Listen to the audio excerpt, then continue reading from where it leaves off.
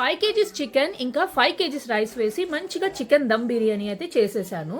5 o'clock నుంచే start చేశాననమాట చేయడం. ఎందుకంటే పిల్లలు వచ్చేసరికి మంచిగా వేడివేడిగా ఉండాలి. అండ్ మేము కూడా అన్నిట్లో లైక్ కేక్ కట్ చేసే టైంలో గందరగోళంగా మేము కిచెన్లో ఉంటే బాగుండదు కదా.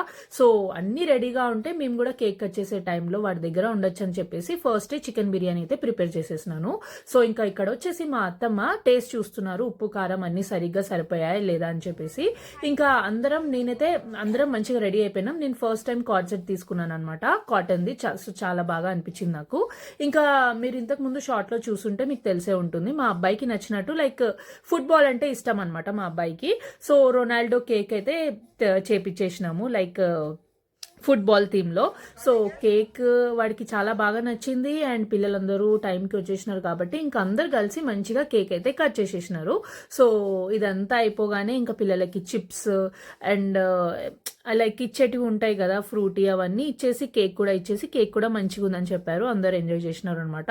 దాని తర్వాత ఇంకా ఫుడ్ అయితే పెట్టేసినాం పిల్లలకి. సో చాలా బాగా ఈసారి నేనే చేసినాను. ఇంతకుముందు మా లక్కీ బర్త్డే అప్పుడు బయట ఇచ్చినాం అనమాట క్యాటరింగ్కి. సో చాలా అంటే చాలా స్పైసీగా ఉండే. సో పిల్లలు తినలేకపోయినారు. సో ఈసారి మీడియం స్పైస్, అంటే పిల్లలు చిన్న పిల్లలు కాబట్టి వాళ్ళని మైండ్లో పెట్టుకొని స్పైసీగా ఉండకుండా నార్మల్గా వాళ్ళు తినేటట్టుగా ఉండాలని చెప్పేసి చికెన్ బిర్యానీ అయితే చేసినాను. సో చాలా టేస్టీగా అయింది. ఇంకొకటి ఏంటంటే మొత్తం ఖతం అయిపోయింది అనమాట, అస్సలు మెలగలేదు. సో అది నాకు హ్యాపీ. సో వీడియో కనుక నచ్చితే లైక్ చేసి